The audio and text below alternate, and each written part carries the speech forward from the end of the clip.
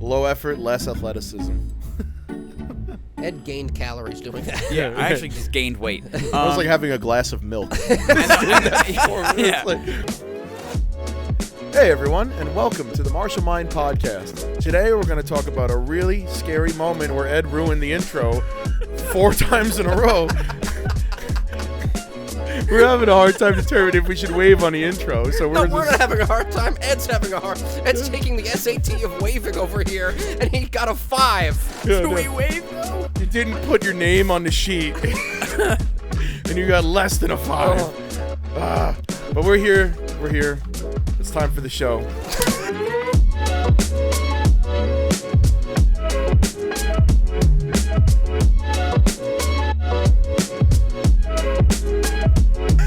Welcome, everybody. You have no idea what we're going to talk about, but you're going to find out in a sec. Now, we've got a list. We actually have things prepared. We it's do. Good. It's here. It's a good thing. It's a good thing. But so the first thing we wanted to start with today, after all the insanity, is Ryan, you actually had a story you were talking about sharing with us today. Yeah, so I slept in, and at around probably, I don't know, like 12 o'clock, I hear like screaming like outside my house, like a woman screaming for help, like right outside my house. And I get up, and I immediately just start getting dressed. I hear my dad run outside. He's maybe like a few minutes ahead of me.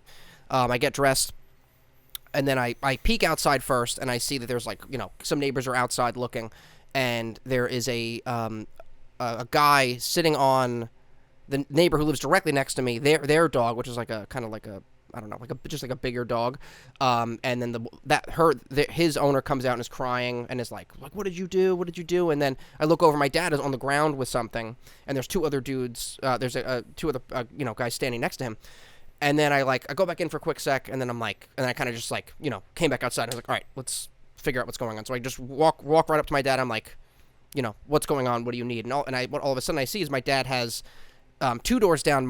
The other neighbor's dog, who was maybe a 10, 12-pound dog, is laying there. Its neck is completely open. It's bleeding.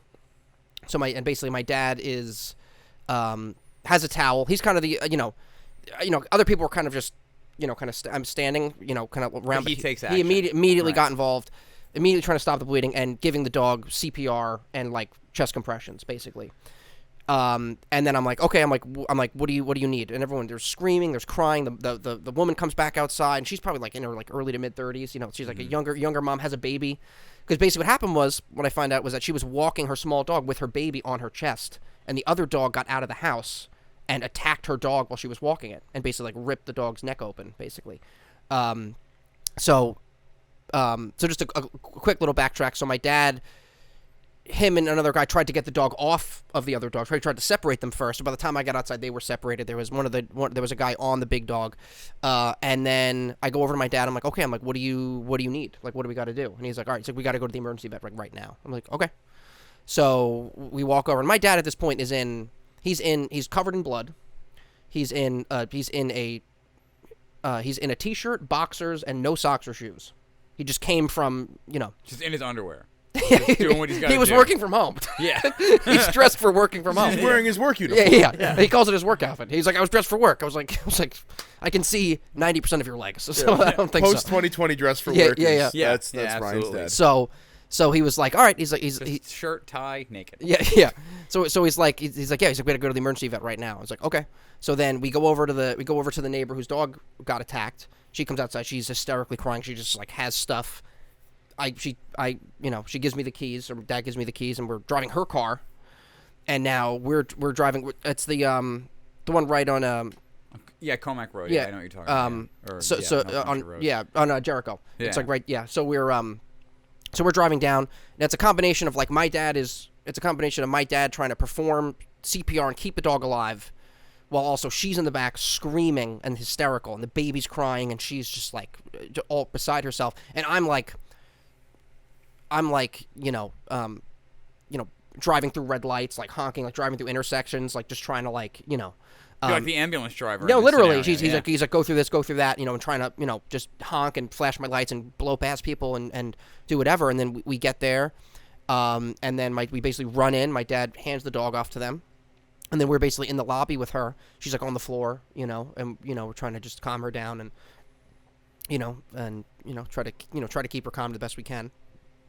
And then and we waited for her husband to get there, and then unfortunately, the first thing was that that they were able to stop the bleeding, and the guy basically said, he was like, the vet was like, he said to my dad, he's like, you did a good job. He's like, you probably would kept the dog alive long enough for it to even get here to be able to like help, sustain it basically. And he's like, I don't even know. He's like, I'm just, trying to do what I can do. But like, he basically kept the dog alive, for it to get there. Unfortunately the dog did die, not because of blood loss, but because of, the neck was broken. So it was like, right. It would have been paralyzed basically if they were to save it. So they had to put it down. But, it was just, it was an absolutely insane day. It was just, my dad just sitting in the vet, just like, again, no socks or shoes on, just covered in dog blood, just like, but that's just always how he's been. He's always been like that. There was one time my mom would tell me where she was over at her parents' house, and she was there with my grandma, and all of a sudden my dad just like walked. I think they were just dating at the time, or maybe early marriage, and he came in like also covered in blood, and she was like, "Where were you? Like, what was happening?" He was like, "Yeah, he's like a kid got hit by a car. I had to give him CPR and help him." Holy crap! So like that's how my dad is. My and he is. I'm just couldn't be more proud to be his son. Legitimately, like he is really, but it's pretty heroic. It's heroic, but it's also like, maybe not too coincidental that people like that end up in those situations. You know what I mean? Like that's kind of his role. And now growing up with that, like how has that made you turn to question yourself? Well, I definitely think it's been more of something I try to emulate. Because he is always. That's what I mean. Like, how do you take that lesson and totally reflect it, mirror it onto yourself? Well, even leading up to this point, he's always been that type of person where he is like, if there's any sort of a problem or any sort of an issue, he is the calm in the storm. He is like when my grandpa got sick, when my mom had to go, when he first got sick, when like he was like, when we didn't even know that he had what he had, and then he was like, he had, I think, like pneumonia, and he had sepsis, and they like was basically at his house with him, and they had to take him to the hospital, and he like, all this stuff was going on, like through that whole period, he was like he is just like the rock. He is like the calm voice of like, okay, we got to do this, we got to do that, we got to do this. Like he is just, and not in a cold way, but just in a very like, can handle the situation and handles it, and it just like. But also allows time to feel as well. You know what I mean? Like we're there, and he's talking to the baby, and he's talking to her, and he's trying to help her, and telling her it's not her fault and everything. She's like, of course, feeling like it's her fault, and just like, but still, and be able to have that balance of kind of in the moment, like blinders of getting stuff done, but also and getting done what needs to get done, especially in situations like that. But also to be able to still connect and and have that type of like, hey, it's okay, to be able to not like totally shut that off is really, really incredible. And I think leading up to this moment, I think kind of what I partially wanted to lead this into was kind of the mixture of kind of what we get from Kung Fu, but also just again, kind of to answer your question, what I get from my dad is leading up to this moment where I came outside. When I came outside, I was like, all right, what do we got to do? Like, let's figure this out. Because I listen, I don't want to put any negativity towards what would have happened if my dad wasn't there, but like that dog definitely would have been dead on that lawn if he wasn't out there helping them. So like I went outside and I'm just like, all right, and again, just like complete, like just pandemonium. Just, it's super. And I didn't really feel until afterwards. Like I was driving home later that night, or I was Ubering the next day, and I was like, whew. Like I started thinking about like, like what I saw on the towel, and like when my dad was, and just the raw emotional energy of the day. Like it was starting, I was like, whoa, like it would hit me like a cold snap. Like, you know what I mean? Like there's definitely crazy. Something when you're viewing that kind of trauma and you're seeing the emotions that woman was going through, it'll affect you for sure. And what is it? So I think to your question, in that moment, really tried to emulate my dad and just focused on the task at hand and try to, like, okay, I'm like, what does he need me to do? All right, we got to drive to the vet. All right, I'm going to get there as quick as we can while driving kind of unsafe, but doing it in the safest, most calm way possible. That's what I'm going to try to do, because that's what he needs me to do. You got to do what you got to do. No, totally. That's what I mean. It's like that's, just focusing on, like, that's the goal. That's what we got to do. We have to get to this point no matter what, so that's what we're going to do. And same thing with my dad. It's like, he's like, I'm going to try to keep this dog alive. It's being able to, It's pretty amazing how the path out, like, in those situations, becomes, like, really the only thing that you're aware of. Like, what's next? Like, where do we go from here? What's the path out? Like, how do we get this situation under control? Yeah. And, like, it's amazing how those moments bring out that quick decisiveness of, like, we got to do this right now. Yeah. And that response is different for everyone. Like, as in, Totally. like, each of us would probably make different decisions in that time period. But, like, that imperative of, like, all right, it's go time. Yeah. It's really intense. I can't imagine what that was like to be there. And again, I think it's again a combination of kind of just purely trying to emulate my dad and the qualities that he just naturally has and what he does. But I think also, again, being able to kind of see, because we do talk about this a lot of, like, when shit hits the fan, or like what are you going to do, or like right. What happens, like how do you act, and I gotta say, this is not a cockiness thing. It's genuinely more of like a reflective moment of like of knowing that okay, like having that moment of like, okay, shit hit the fan, and like you did what you needed to do, and having that test and kind of passing it in the sense of like, okay, like this had to be done and you did it, and being able to and again, kind of going back to like dipping our feet in that with fighting and training and that type of, like, how are you going to act when shit hits the fan? How calm are you going to stay? How are you, because if you, again, just same thing with fighting. If you don't stay calm, you lose motor control. You're not able to impart the energy and kind of the action that needs to be imparted on the situation necessarily, so kind of being able to kind of take that over into a real life situation, I think was, partially making that training, invaluable in that sense, right. Being kind of having just that kind of learned experience. And managing intensity. Or trying to, at least, because I was fucking Is there amped anything as that well. you know about your dad's past that could, like, maybe have prepared him for that kind of mindset, or prepared him with that kind of mindset? Or you think it's just his upbringing, like knowing your grandma and your I don't know. I can't really think of a specific thing. I forgot he was a prize fighter. Yeah, actually worked for the CIA. He was a Navy SEAL. Sorry, Dad. Yeah, he rode in the dog ambulance for like 8 years. Well, there was that time I did lie to my teacher and said he worked for the FBI, which he did. We'll talk about that as well. Yeah, my dad's the coolest dad. He works for the FBI. He works for the FBI. But I sell software. Yeah, I don't think so. I'm trying to think if he was like an EMT or anything. I think, was he a lifeguard? I don't remember. I can't think of any, like, one specific thing that was like, oh, this was he. Well, still, there's even a benefit to be said about taking, like, CPR training at certain points in time, because, dude, like, absolutely. even just taking those courses, we should do that together, because I got to do another one, by the way. We should all sign up for a CPR course. But that would be cute. It would be very cute. The Martial Mind First Aid class. The Martial Mind First Aid class. but just those courses, like, they prepare you for the situation, and, like, a good instructor is gonna, like, do more than just make you sit and watch a video and then ask you questions on it. Right. Right. You're gonna have to really get in each other's mouths.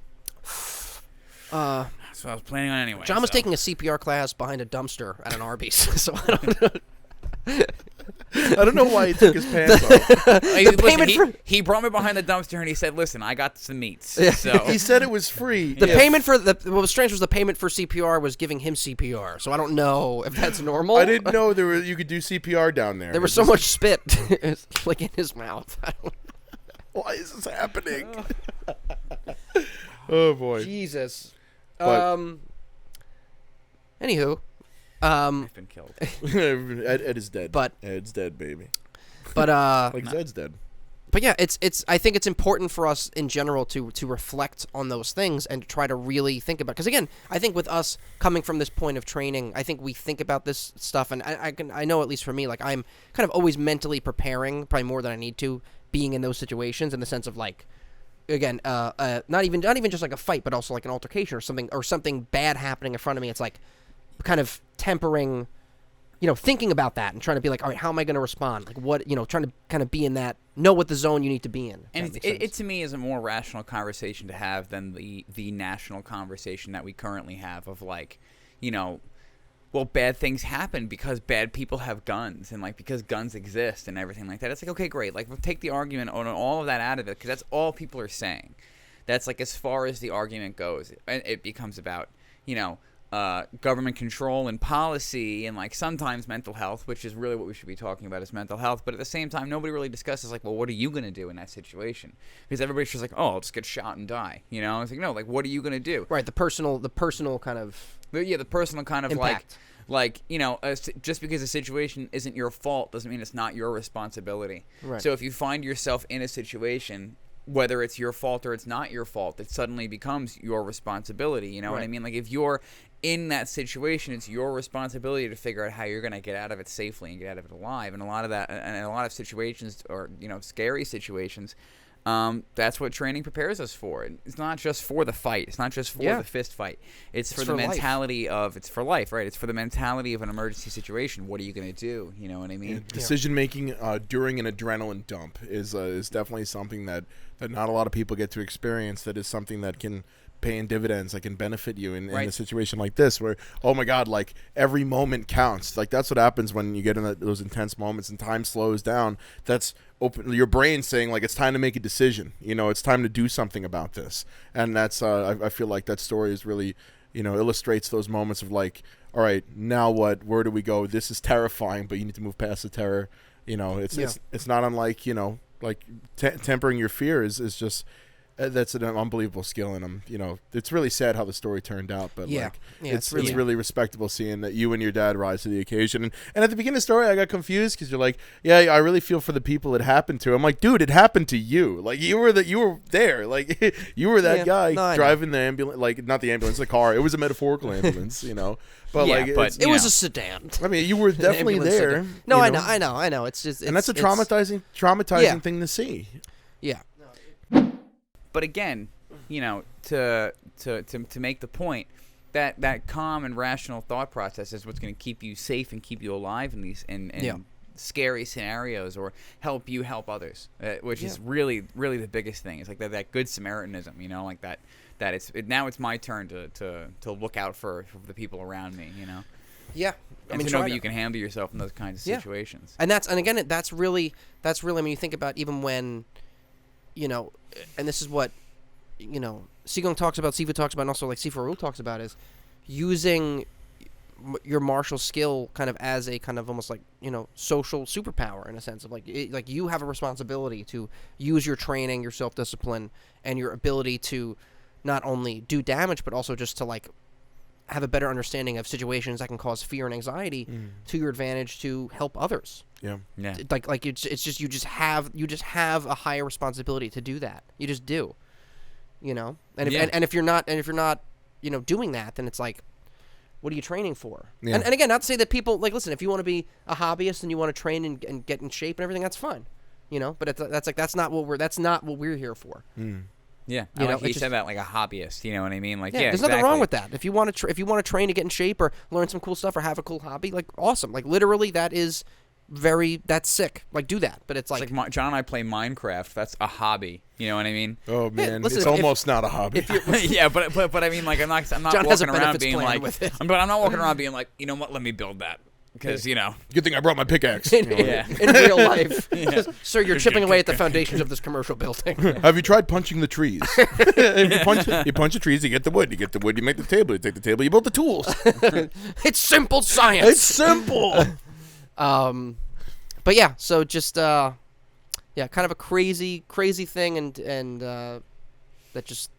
Sometimes life is like that. It's just like things are normal and then they're just not. Yeah, life for like an hour or two and you're like, holy shit. I mean, you guys know just as well as anyone that like roughly like 20% of my time is spent like just inducing anxiety on Reddit, just like scrolling crazy fucking videos and being like, God damn. Yes. And like I've seen like these this woman will be walking her dog, and all of a sudden this other dog comes out of nowhere and just like immediately attacks, and it's crazy how that unfolds in just a split second. It's just like all intention. Like that's what happens with animal encounters. Like there's no like, you know, hesitation almost. It's like they're going, they make the decision to go for it, they go for it, you know. But now it's like fusion dance all our thoughts, you know.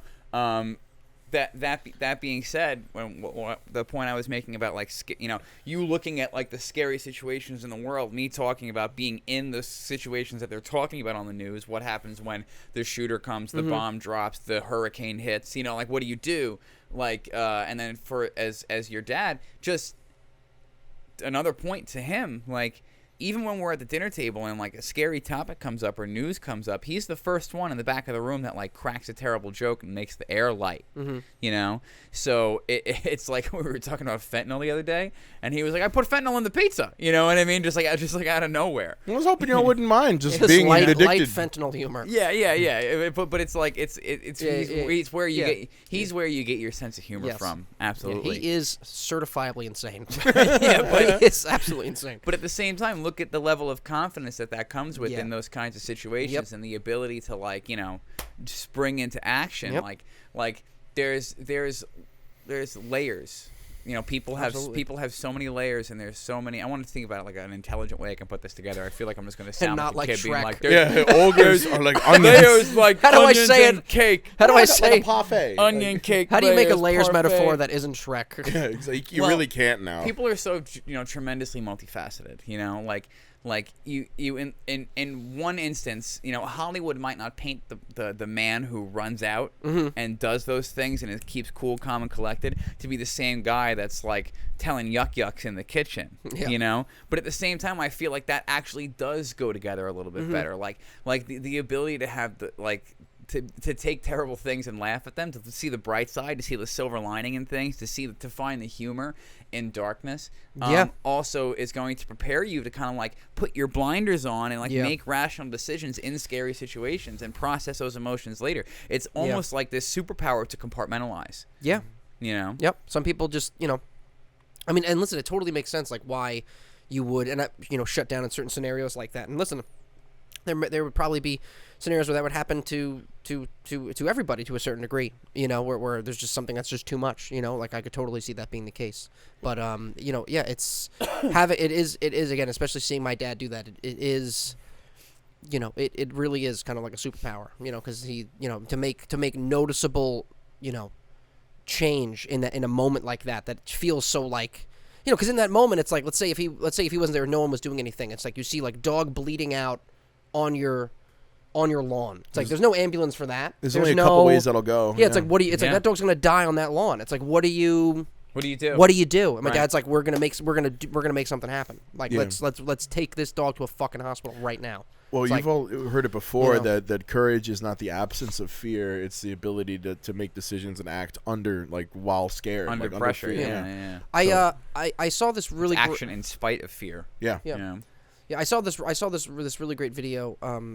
This guy, shout out to Alex Hormozy, who I've been watching a little bit of, who's kind of this entrepreneur type guy. But he was talking a lot about, and this is kind of like a normal thing, or kind of like when you hear it, you're like, oh, like one of those things where you hear it, you're like, oh, duh, yeah. But then it's like, I don't do that though. Like, you know, water. like that's not me. Yeah. Stretch, and you're like, of course. Drink oatmeal. No, drink of course not. But you know, talking about how like this is kind of a summary of what he said, but also kind of my take on it. But it's that, you know, like the qualities that you want in your life are actions, they're not feelings.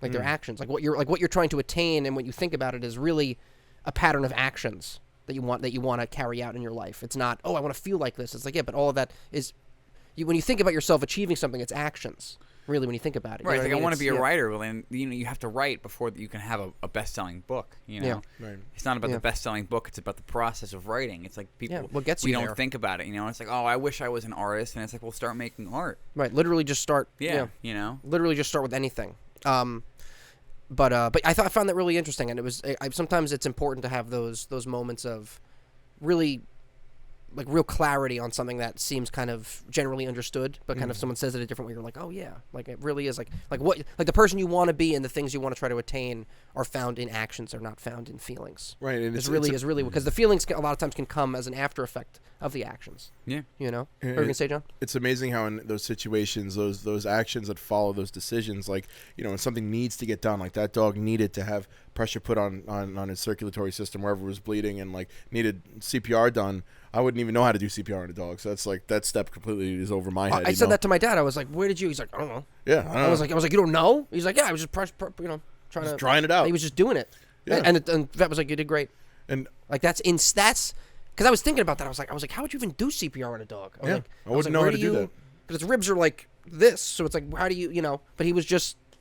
I was like, that's just making it happen. Thank God for him, man. Compress the rib cage. Yeah. And it's amazing how in those situations when like decisions and actions are necessary, how like people can be motivated to get that done. But like something like you said, like a creative pursuit. I wish I could write a book. Well, you have to start writing it. I'll do it later. Like there's no imperative to that. Nothing gets done. Nothing ever happens. You don't have any effect on the world if you don't take action. Right. And under those situations, where action is necessary, people are capable of anything. Like your dad just became a hero. He stepped up to the plate. Yeah. And it's crazy seeing the comparison between like, well, action isn't necessary. Like I don't need to get started on that yet, and how easy it is to fall into that trap. The issue is too is and again this is no like judgment or damnation on people that are like this, because it's understandable, because I think we all have had moments of this, including myself, where like, but people that are not action oriented at all, when stuff like that happens, they're the people that are just like eating a slice of pizza, like, oh, what's going on over there, looking out through the window. Yeah, just like. And those people are going to be the first ones that have an opinion. That's the other thing, Armchair quarterbacks, we listen so much and are affected so much by people who just like to talk. Especially, and I'm sure we have all experienced this in the traditional martial arts world. Oh my goodness, in the martial arts world, period. Even just look at like there's that website Bullshito. You know what I mean? Like there's articles on everybody. There's always going to be somebody that talks shit no matter what, and they always know more. Or they'll find books. And they'll be like, well, see, look at the book. And it's like, well, look at the book. Yeah, but what have you done? Yeah, no, exactly. Yeah, exactly. so you by read martial this arts book. standards, you're a fucking nerd. Yeah, I'm going to give you a swirly. I see so many kung fu librarians online that I just can't stand. And it's like every form is like, this is going to be one of those Ken Burns zooms. Every form is like...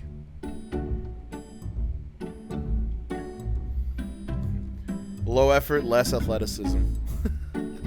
Ed gained calories doing that. Yeah, I actually just gained weight. It was like having a glass of milk. And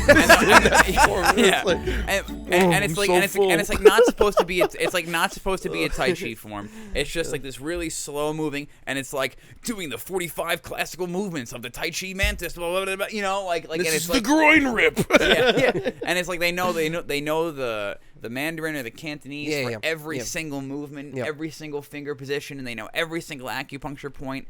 But then it's like, what kind of example are they putting towards actual and the use problem, of martial exactly, arts? they were putting so much attention to detail in the optics, in all the of it wrong without, places. exactly, and not the application, Well, again, which is what Qigong emphasizes. And again, because it's easier in a way, it's easier to learn those things, to become obsessed with something and then learn those little details before you actually just put forth the action into doing it. You That's know the what I hardest mean? part, yeah. Yeah, putting forth that action is scary and like sometimes not comfortable, which is that mentality that your father has genetically bestowed upon you, because you have that. The one thing I will say is you self-deprecate too much when you get into those moments, because like I heard you in the gym the other day being like, God, you fucking pussy, come on, let's go. Yeah. And it's like those are the like that's all the things that we talk about episode after episode that we're working through. Yeah. That we need to, but like at the same time, that ability to like dig deep and push, that you get from him. Yeah.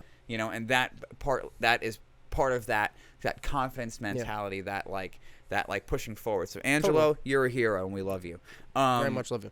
But me calling myself a pussy at Crunch Fitness, I got that from me. Like, listen, that's all natural. Right? That's my friend you're talking about, all right, asshole? Yeah. Like, don't do that. Just punches me in the face. Hey, like, you piece of shit. My friend. But again, to bring it back to martial arts, like, and there's nothing wrong with knowing all that stuff, but all that stuff can also come in time.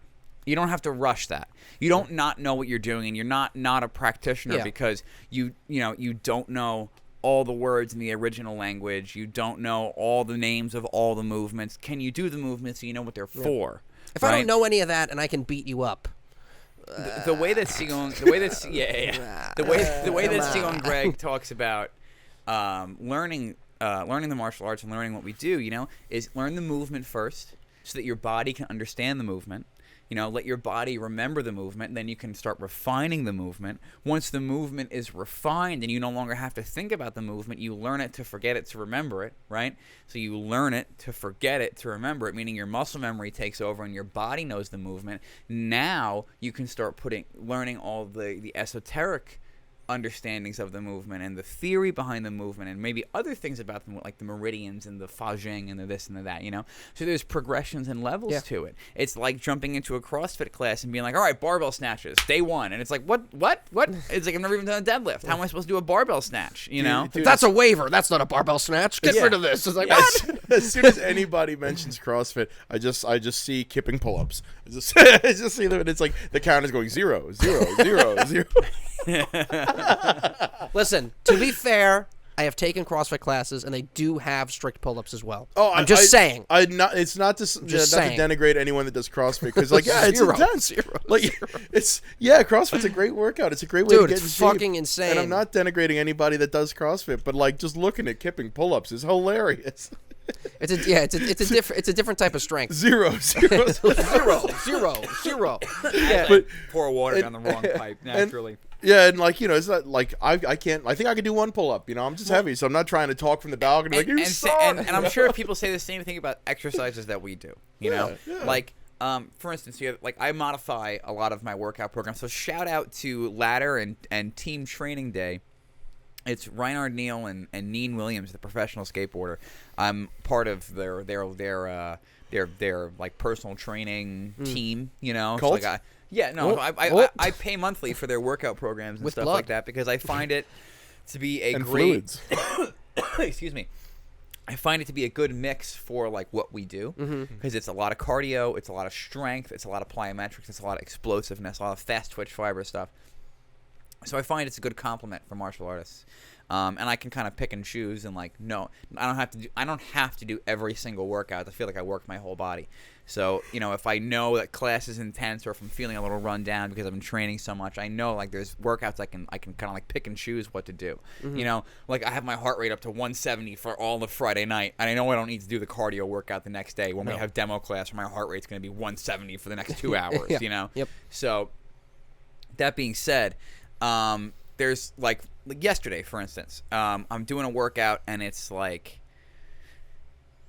towards the end of the workout, this is more of like a burner at the end of it where I had a heavy kettlebell and I would do, isolated squats like with kettlebell on one side, kettlebell on the other side, and then in the middle, and then you do an ISO squat hold where you're supposed to hold your squat position right. at 90 degrees. So I'm like, oh, that's horse stance. So that looks familiar. Yeah, let me just scooch my feet out a little more and straighten my feet out and sit in a horse stance instead of a squat position. But for fitness people, they would tell me I was doing it wrong, But fuck them. I'm just kidding. No, but at the same time, it's because they don't understand the purpose of it. Same thing for kipping pull-ups. I don't get them. I don't understand them. But I'm sure if I was a CrossFit person, somebody would explain it to me intelligently, and I would start to understand it. My understanding from the times that I did it was more of like the kipping motion is just a lot more cardio and power generation. Well, power generation and a lot more like core activation of swinging of that kind of whatever this is. This like a pendulum motion. Yeah, like kind of that, like to be able to get that type of power from your hips and core to be able to do that. As much as I make fun of those pull-ups, everyone I've ever seen doing kipping pull-ups has been in phenomenal shape. Oh yeah, so it's just the zero meme. So zero. I can think it's funny, because you need that action to muscle up. Yeah. Yeah, that whole it's a full body. Like even the wrist is really. But then you see those crazy. But then you see like those crazy. I can't do any of those. Then you see those 24-year-old like jacked guys from like Romania that are like, I am working out on the Russian Soviet playground, and they're just like, Just carrying the. They're just like, I will do tree. straight muscle up, like it's not even anything. Yeah. But like, or they do the ones muscle where ups and human flags, and they're doing the headbanger pull ups. Oh, the people who can flag. If you can flag, like you've made the ones like, that that's unbelievable. What I think is that I think is super impressive. What I think is ridiculous is because they do the muscle up is they hear and then they switch and then they push right for a muscle up. And they do Supposedly it. That switch is the hardest part. I see ones where they're here. It's and then they opposite just of a power clean. Right, and it's like they'll just pull. They pull and then they pull and they're just like this. So there's not even like a dip. They literally just go from here and they just move the bar. It's continuous below them. motion. They just do this. And I'm like, how are you doing that? Like, how do you like? I don't understand. Oh man, pull-ups are definitely like that's what I posted in the Discord the other day. A picture of my hand. It was funny because I'm like I felt like such a douchebag. I'm like putting in the work, like as I'm lifting weights, posting in a kung fu Discord, and like somebody was like, I think it was Matt. Somebody was like, "Is that from lifting weights?" And it's like, oh yeah, maybe I should be talking more about martial arts and less about lifting weights, but still.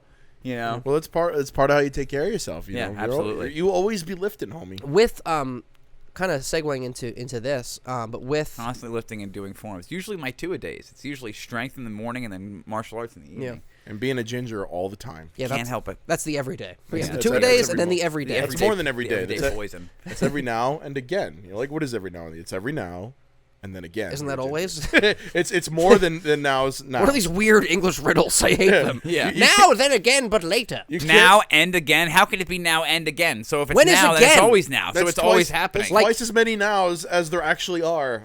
Like now is a time. Again is almost like a quantity.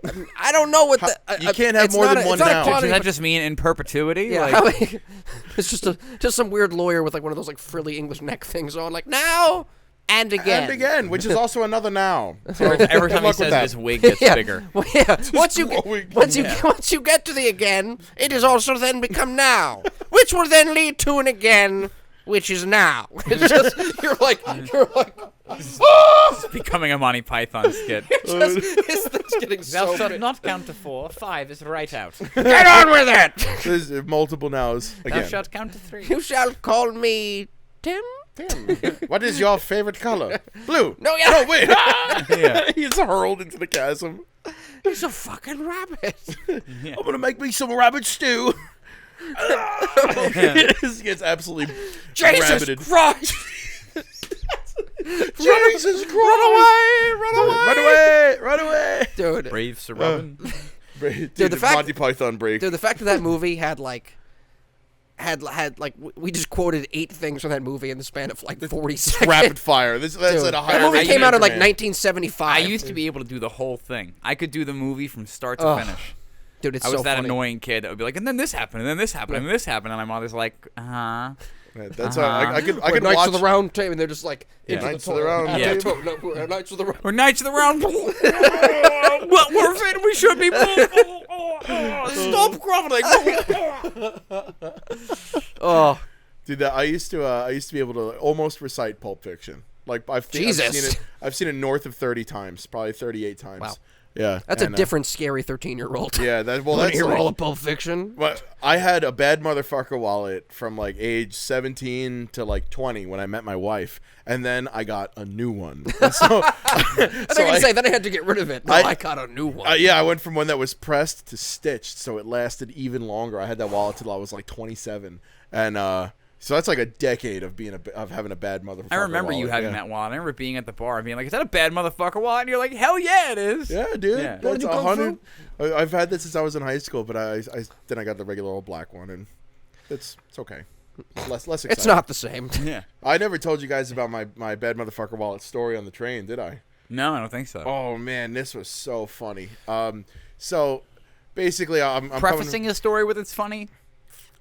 not great. I don't know All right, so so let me tell you my story, and you can figure out how you feel about it.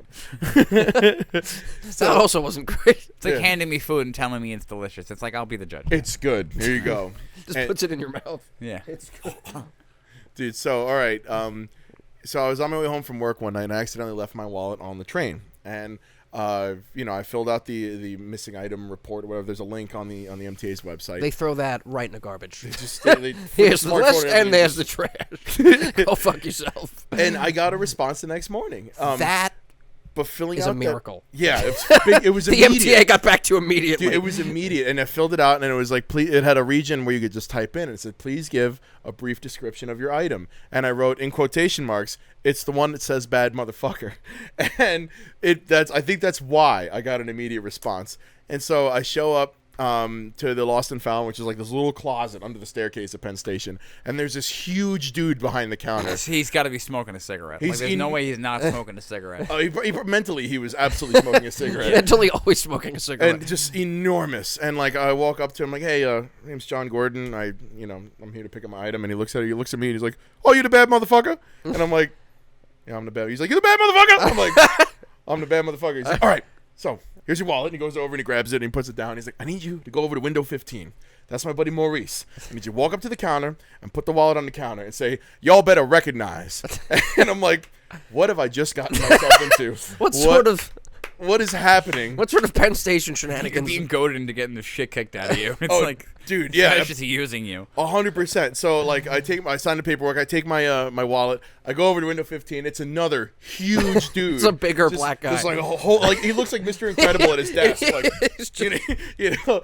And I walk up to the counter. 7'7". Oh, so big. And like I walk up and I put the wallet on the counter and I go, "Y'all better recognize." And he stands up out of his chair. He's like 6'10". He goes, "What?" And he turns around and the other guy's behind him and they go, "Oh!" And the other guy goes, "Oh!" And then they're both like, "Oh!" And like just start like having this raucous party, like a dance party behind the counter. And I'm on the other side of the glass. Like, they've probably been talking about that all day. Yeah. Dude, I grabbed my wallet. I'm gonna miss my train, guys. I need to get this going. I was on my way into work. I was gonna be late, you know. So and just random dance party behind the counter. I grab my wallet. I'm like, I need to get to work right now and punch in. Like this is wild. And that was. I'll never forget that moment. That's so funny. I don't know the other guy's name, but that guy Maurice, I will never forget you. Maurice won. And he probably knows. He probably remembers that moment too. So he's gonna hear this and be like, "My guy, that's the bad motherfucker. That's the bad motherfucker." Like it was like, "Oh, you're the bad motherfucker." It was so I love it. It was. He was like, "Yes, I am in fact the bad motherfucker." Like you're getting like shit checked. Like you're just like, I guess me what? Dude, I 100% was getting shit checked. They're like, "You're like me." What? Me? Chance you would think me the bad I don't motherfucker? think so. Oh my god, you're that guy. What is it, like the caterpillar from the from Alice in Wonderland? It's the Mad Hatter. I like some tea. Yeah. Oh, Alice. Oh. I'm on LSD. No, you're not sober, Alice. The tea is just seltzer and Mad Hatters. baffle. It was actually like, what was it, like Mercury. Mercury, yeah, it's they Mercury for polished shaping the with hats. Mercury, yeah. It was what? The term Mad Hatter, because they would polish the hats with mercury, and then eventually the mercury would make them go crazy. So like, you didn't know that? No, Right? That's You where just the went term. insane That's from- where the term Mad Hatter From your comes from. brain rot. Yeah, from the Yes. chemicals you were using at work, From so you would your just hat go being made out of the crazy. inside of a thermometer. No, from making the hats. They Yeah, from polished making the the hats. hats. They polished it with mercury. And that, I thought you meant like you're just like, oh, I feel a little weird. no, like gradually over time, their brains would rot from the mercury. Dude. Yeah, that's why Mad Hatters were a thing. Mm-hmm. You didn't know that? It's crazy. It's not funny that happened in the sense that they died from that, but it's just funny that like that society was like that. Like it's like Queen Victoria, like I'll put lead on my face. Dude, I was like that was another thing. Like in early, like there was I forget what time it was, like around the 50s, and like they put lead in gasoline. It was like leaded fuel, like, you know, it's like unleaded. That's why it says It's unleaded. unleaded. Like I didn't know what that it's not leading anywhere. You know? You're just like, should it always be unleaded? It's Yeah, like, there used to be lead in fuel to the point where like everyone over 50, like their bones have lead in it. Yeah, like it's just because it was in the air and in the paint everywhere. Yeah, it was How many? lead paint. Remember lead? It's the miracle metal. I remember whenever I was like homesick, my grandmother would be watching daytime TV, and like as a kid, you know, like and there would always be commercials for like do your children have lead poisoning from your apartment complex and shit like that? You can call Simon and Simon of Bayshore. Yeah. Salino and Barnes. Just Barnes. Just Barnes. No more Salino. Sorry, Salino. Yeah, I think that's the one who, like, one of them died in a plane crash. Yeah. I think it was Salino. Yeah, he got Jefferson airplaned, but I'm dumb. No, Leonard Skinner did, actually. Oh no, that's it wasn't Kobe or Stevie Ray Vaughan. So no, those were helicopters. Yeah, those are. Wait, didn't also someone from Black Sabbath die in a plane crash or die from? Randy Rhoads, Ozzy Osbourne's guitar player after Black Sabbath was in a stunt plane doing tricks, and he was like he like caught the tour bus, didn't he? Yeah, cut the tour bus in half, and he died. I'm pretty sure that's the story. We should. We don't have to look that up. You guys can look that up. Fuck it. Yeah, you guys look. You know what? You guys do something. Yeah, you do it. We're Fuck, not leave how wrong we are in the comments section. Or don't. Or don't. Say how handsome I look. Yeah, the amount of flying things that have killed cool people is just upsetting. Yeah, I'm never getting it. Planes, helicopters, missiles, you know. The Death Star killing all of Alderaan. Oh, yeah, all of Alderaan. All of it. Yeah. Whole place, really Trill. You know, really Trill. Super Trill. What does Trill mean? Is like no one knows. No one knows what Trill means. Because I know what Trill. I feel like Trill should mean tranquil, but it doesn't, and that kind of annoys my brain a little bit. Because a trill on an instrument is when it's really you trill, bro. Go back and forth between two notes quickly. You trill. Right? Does it? Like cool. Oh, okay. You know? I don't know. Like, because look, the noise I made with the ocarina, that's called a trill. Like that. Yeah, trilling. Yeah, so when you say something's trill, I think like sharp and annoying and weird. And like, trilling, that's what we're calling it now. Yeah. Oh no, something all the trilling girls are trilling. They're all John, trilling. no, put the ocarina down. John, please. Now I want to have sex with you. And I'm the man. Just listen to the earlier episodes, or don't. I have to say, was that included? I think it might have been. I think it was included. Yeah, I don't that was one of the cold opens. We might have edited that out. The ocarina? I think the ocarina was in. I thought the ocarina was one of the cold opens. It was a cold open, but we didn't keep the part in the episode that it was in. Yeah, because it was a pre-roll. That's right. Oh, gotcha. What were you gonna say though, Ed? I didn't mean to interrupt you. Does it matter? Does anything I say actually matter, John? When we're recording, the answer is no. Yes. Oh, right. Yes. We're recording. Oh my God! Wait, we have a podcast. No, we're not. The camera's just facing up. It's just recording the ceiling. That's like my worst fear. That's my worst fear, is that we do a whole episode and check back and it's like all fucked. Just look over. There's no tripod. There's no camera on the tripod. I put the camera. How'd we miss that? I put the windows open. I'm like, huh. It's like a bird just flew in and grabbed it. It just flew away with your freaking camera. It's just a raven like trying to fly away with a 10-pound camera. Like, it's just in play. It's in place, like hovering. The other thing I'm worried about is like hand motions like that. Like you knock a microphone over, it hits the TV hits the other. Like night locks over my phone, knocks over your $2,000 camera. The whole house tips this way. The house knocks lights into another fire. House. Yeah. Yeah. If we haven't shared the fact already, we are in my living room. We're in John's living room right now. This isn't a studio. There is my furniture. But there is a set. It's hiding my kitchen. Oh, speaking of which, I forgot to turn the lights off in the kitchen, so that light's probably bleeding through. No, it's okay. No one cares. Okay. Actually. God. No one cares. You know, this that was so reassuring. It's so mean. Let's be honest. This video is going to get on YouTube. And no one is going to watch it. 12 views. It's going to get the last one that has 7. Now we're going to get... We're shooting for 12. We're gonna 3 get of them 12. were me. Yeah. Did you watch them all the way through? We are in the fledgling stages. So if anybody who goes back and is like, man, their first episode was really low quality, you can eat my balls. Eat the whole ball. All of them. Both balls. Well, because you know what, we had this like I jest, but like we had a long. No, he's not. We had a long kind of like 3-week debate as to whether or not to take down the first like 10 episodes. And then, as the universe often does, it liked to laugh in my face by sending us a lot of people who joined the Discord and have been like, I've been listening to you guys since episode 1, and now at episode 24 have decided to join the Discord. Hello. You know? And that statement alone is like, I've been listening since episode 1. Like, there's just people that are... Holy crap. Yeah, and it's like, because, you know, when we started the podcast, we've mentioned this before, we had 2 mics for 3 people. Yeah. And then we're like all back here, like, so yeah, and then my point is, and it's like, no, we had to learn to talk. I want to tell you a story. Yeah, we had to like learn to talk, and I still have to remind myself that's like talking to the microphone, think about what you say before you say it. Try to pronounce your words clearly. Like all these little things that like you don't think about because like normally if I'm not thinking this is how I sound, but through the magic of podcasting I've learned to pronounce my words. There's a mic not 5 feet in proximity to Ed's mouth. He just sounds like the what is it? The bloodhound from Who Framed Roger Rabbit. Going up, sure. Going down. We've also.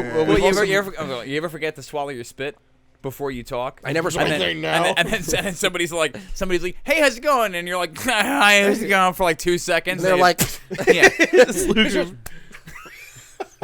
But we've also in the back of your throat. Yeah. You know? We've also made enormous improvements in Ed's you know what I mean count, because it's at a manageable level the past like 15 I actually do think that. And my you know what I mean count has been manageable for the last like 10 episodes. My like count fluctuates per episode, I think.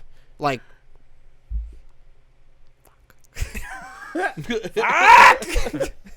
I do know what you mean. that was the only What is it like, Ryan? What is it It's like? it's like getting slimed. Oh no. Ryan's leaking. Ryan's leaking. Yeah. So this weekend is a kids test, and we don't talk about it a lot, but that we are all children's instructors as well. Yeah. Even though we're a predominantly adult school, which actually shocked a client of mine the other day. They were like, "So, like, do you have any adults at your school?" And I'm like, "What do you mean All any adults. adults?" Me? Like me, yeah. First of all, but like Pretty sure I'm an seriously, adult. it's like a 4-to-1 ratio. Yeah. At least like 4-to-1 or 5-to-1 ratio for like every kid for how many adults there are. We have like 8. What would you say? Maybe what like consistent. If everybody is there, including all the new people, we have like 12 or 15 kids. Yeah, but we have maybe like 7 to 8, like 7 or 8 like consistent kids. Yeah.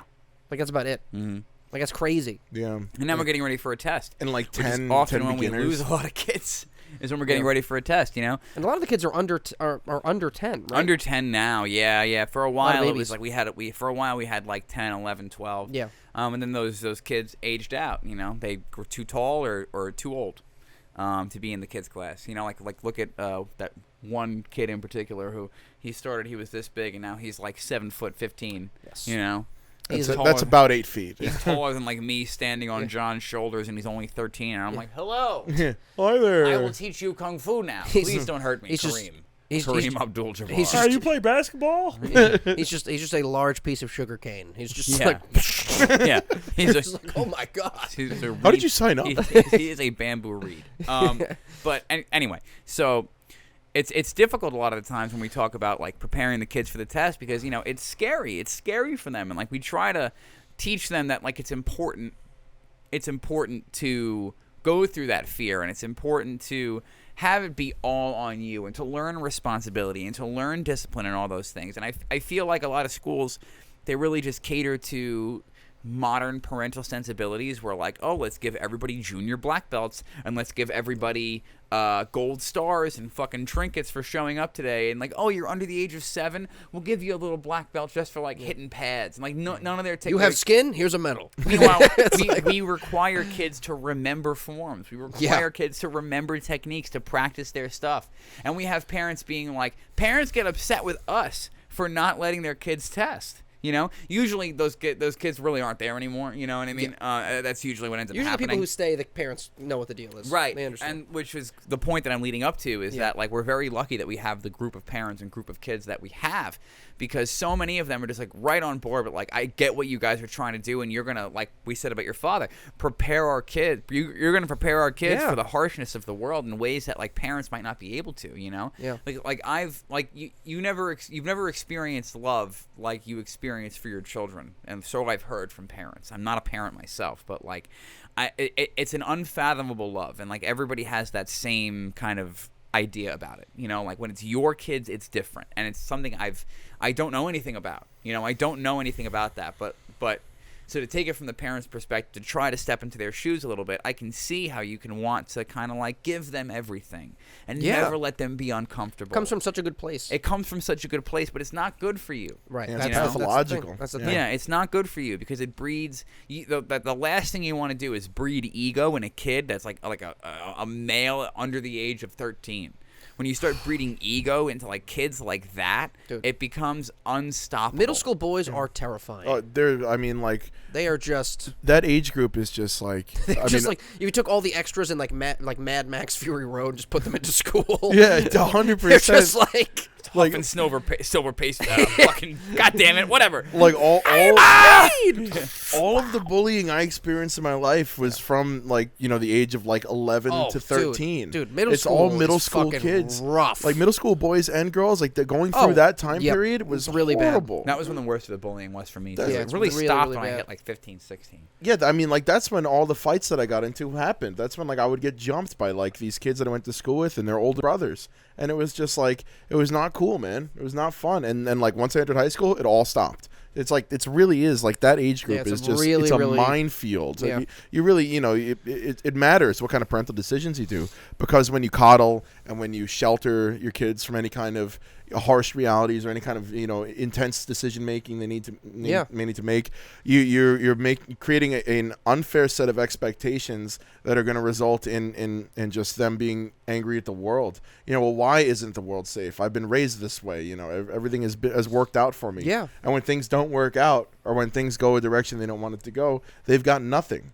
So this is what our objective is with the kids class. But at the same time, you can't be hard on them. Not too hard on them, at least. Like Ed is the expert here. Thank you, but there's limits. You can't go too far. Yeah, if you've got like a 5-year-old, like there's kids, in the class, and you can't be like throwing them downstairs to reprimand them is not recommended. No, but like as far as like correcting learn your lesson now. Sit in your horse stance. You're just at the bottom of the stairs, like. As far as like what I mean is like correcting technique and form and like adjusting their mechanics, there comes a point where there's not a lot you could do when they're super young. Just like, oh yeah, just hit the pad. Like we're gonna do little obstacles, but like. They reach a certain age, like that middle school age is like, all right, well, like, you got to kind of come down on them a little more and be like, all right, you need to do this, like, straighten this foot out. First they need to learn focus. Yeah. Right? Once they've been there for a little while, that focus should be in them. And that focus teaches them discipline, right? Right. Through the focus, they can learn discipline. And once you have a kid that can just stand in an attention position, then they're teachable.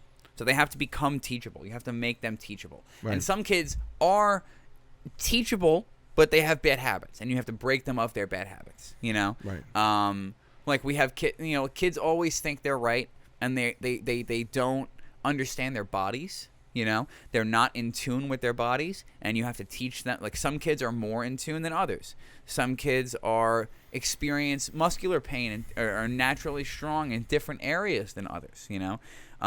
Some kids we have some kids that can do push-ups.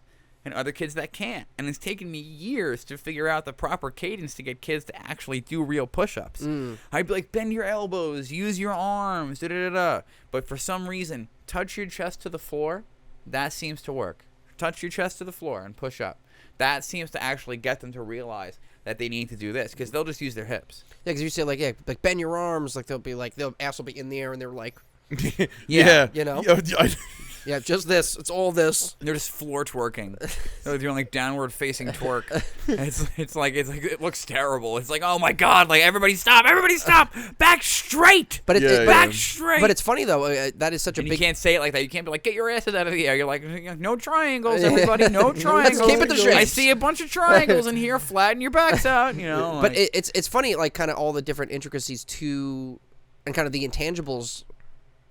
When people kind of look at teaching from a distance of like something as simple as that, not easy, but simple in the sense of like trying to figure out the right set of words to say to get them, to get them to do that they can understand. Because to us, it's like, oh, bend your arms, keep your back straight. As an adult, you'd be like, I'm an adult. I've been through 12 years of school. I know what that means. A kid who's been alive for 9 minutes is like, and you're just like, just flailing. Yeah. You're like, really, activate your tangential medius dorsi, and they're just like, what? Do I have one of those? Nothing you said was real. I know. And then they, well, think about it from a kid's perspective. That's what they think. And then they even just if it shit is themselves, real, it isn't.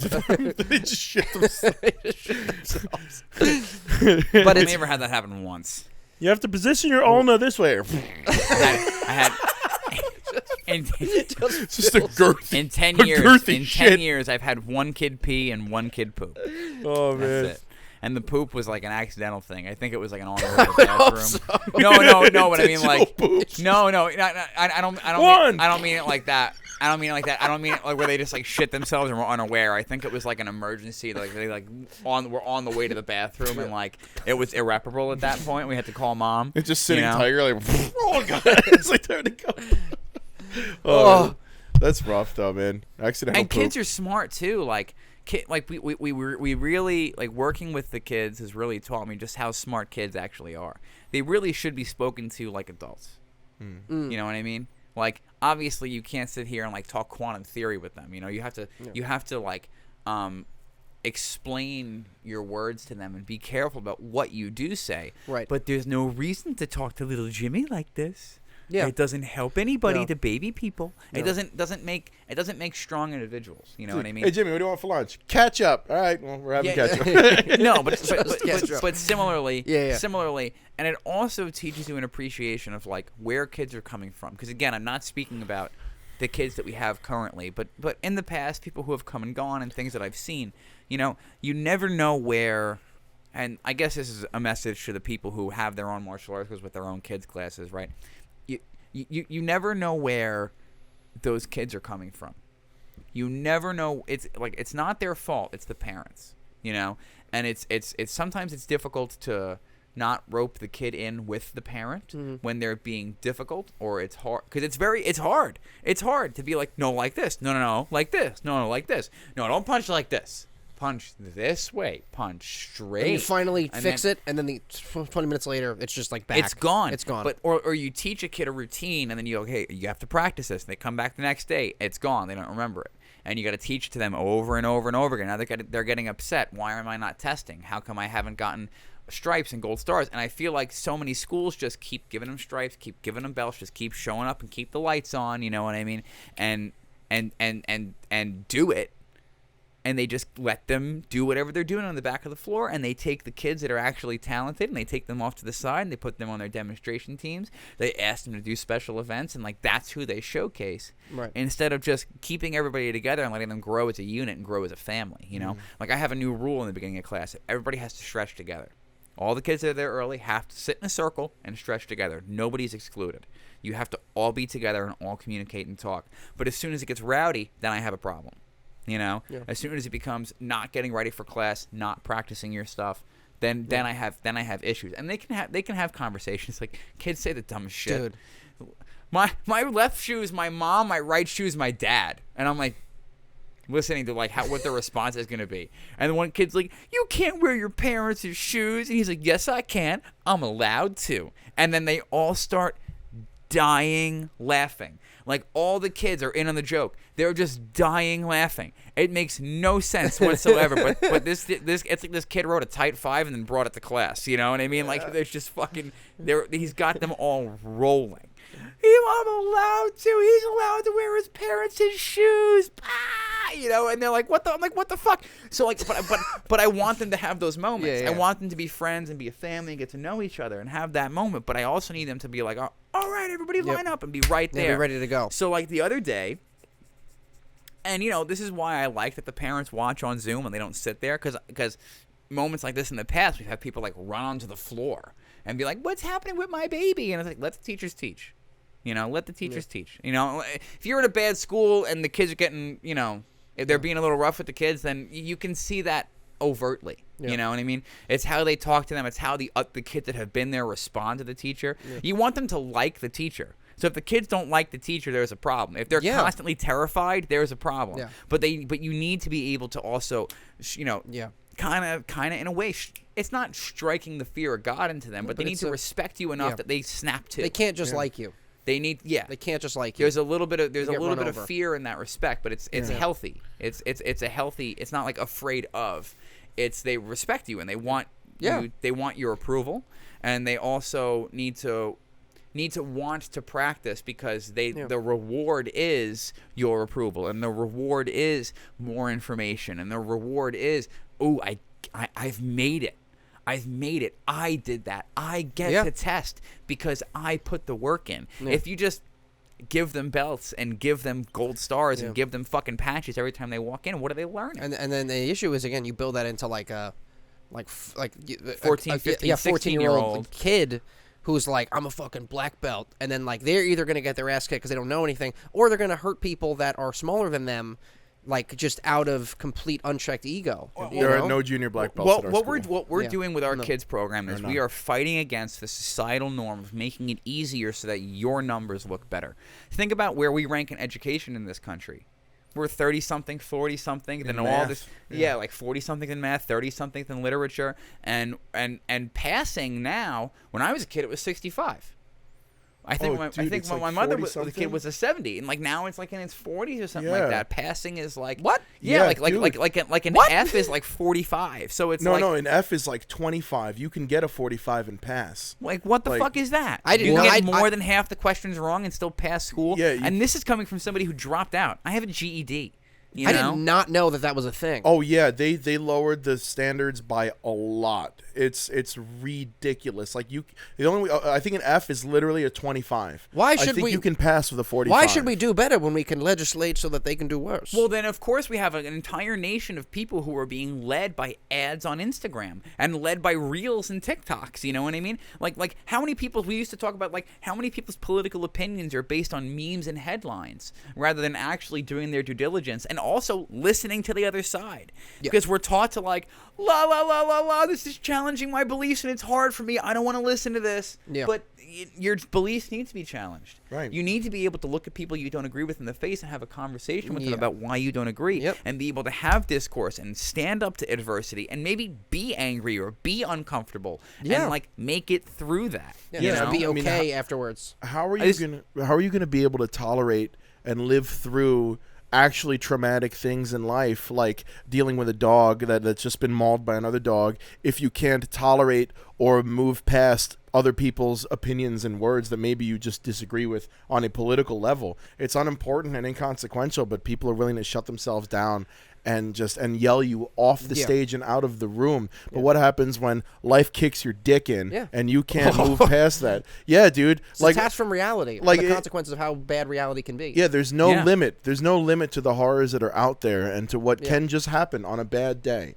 And, something as silly as scrolling through your timeline, all of a sudden Ben Shapiro comes up and says some dumb shit, and that ruins your day. Well, sorry, dude. It gets a lot worse. It's really important to be able to hold yourself together and move. Like, if you can't move past a really dumb thing you disagree with that somebody said. In passing, basically? Yeah. How are you going to be able to move past something like a storm coming through and a tree falling into your house or like a family and killing member half dying. your family? Yeah. And now you don't have a house or parents. And it happened. Like, there have been a number of storms that just passed by this year. Like, there were hurricanes. There was some shit going on all over the place, all around the world, where this happens. An elderly man down the block from me a few months ago, his house caught fire.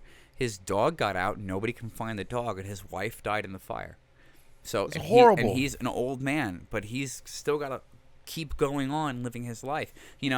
Like terrible things are going to happen. Bad things are going to happen. People are going to die. Accidents are going to happen. Somebody's going to get hurt, and you're going to be the one left to pick up the pieces. Or it's going to happen to you, and you're going to have to figure out how to keep moving through your life. This is why we revere amputees who come back and keep moving and keep building their life. This is why the hero's journey always involves tragedy. We respect people more who have been through terrible things and picked themselves up. We would rather see a riches to rags to riches story than a rags to riches story. You like we tend to like the story of the guy who fucks it all up and then puts it back together better than we like the person who was just handed things and did great things with them, or who just he made it now like the Hollywood ending, like life is beautiful now. We have one kid in the class who I look up to, and this kid will push himself in his horse stance to whatever position he's in until he cries. He will push himself to the point that he cries, and then get up and wipe the tears and keep going. That's badass. That's really badass. And I've been questioned, why let him push himself to that point? It's like, he's fine. Yeah. He's fine. He gets There's nothing wrong. There's nothing wrong with him. He's just sitting in that stance, and half of it, it's not that he's in pain. It's he's in pain, and he's stressed, and he doesn't want to let anybody down by getting out of his position. He wants to be stronger. He's upset. You can see it in his face. He's upset that it even hurts in the first place. Yeah. Which I get like that all the time. I'm Hey, sitting in my horse. we understand and I'm that quite a bit. Yeah. I like, want to why cry does this too. still hurt? I've been doing it forever. Like, like 4 minutes in, I'm in advanced class. Just how often do I just yell? Oh, dude. You know, I mean, like, and the pain just scales. Like even like we'll be in class and Sigung's doing buckets. He's like, God, this fucking sucks. He'll say, he's like, this sucks so bad. He's like, why did I do shoulders yesterday? Like, oh my god. He just looks at, like every other class like this does not get any fucking easier. I'm like, God damn it! I'm like, that's the guy. Like you're supposed to give us hope. Like, God damn it! It just hurts. Guys, I'm just ready to quit right now. Yeah, guys, I give up. I just want to die. But at the same time, like, why shelter him from that? Yeah. Why take that kid? That it's like when you see you take the stick and you make sparks, you make the hot embers, and then you pour it onto the coconut husk. Yeah, yeah. And then you blow onto the husk or the kindling, and you make the fire there, and then transfer that into the logs that you've prearranged as your big fire, right? So what I'm doing is I'm making the friction, and I'm making the sparks, right? And now he's unlocked that ability, and now I hand that husk to him. Right? That's what I'm doing, is I'm adding sparks to his kindling. That's all that is. And if I take that away from him, I take that ability to create. I take the ability to cultivate that fire away from him.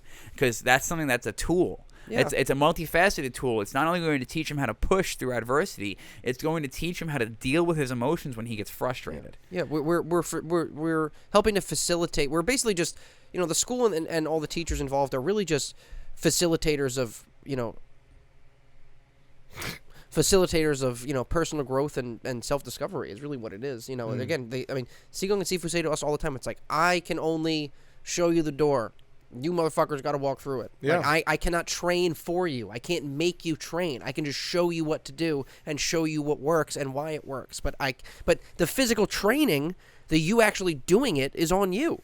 Yeah, you can't just like, I get paid $160 a month to just get marionetted around doing kung fu. I'm learning. Like, you're like, it's you have to do that yourself. And you mentioned the hero's journey before, and how every good hero's journey starts out with an ego death or with a metamorphosis, or like the old way of life has permanently changed.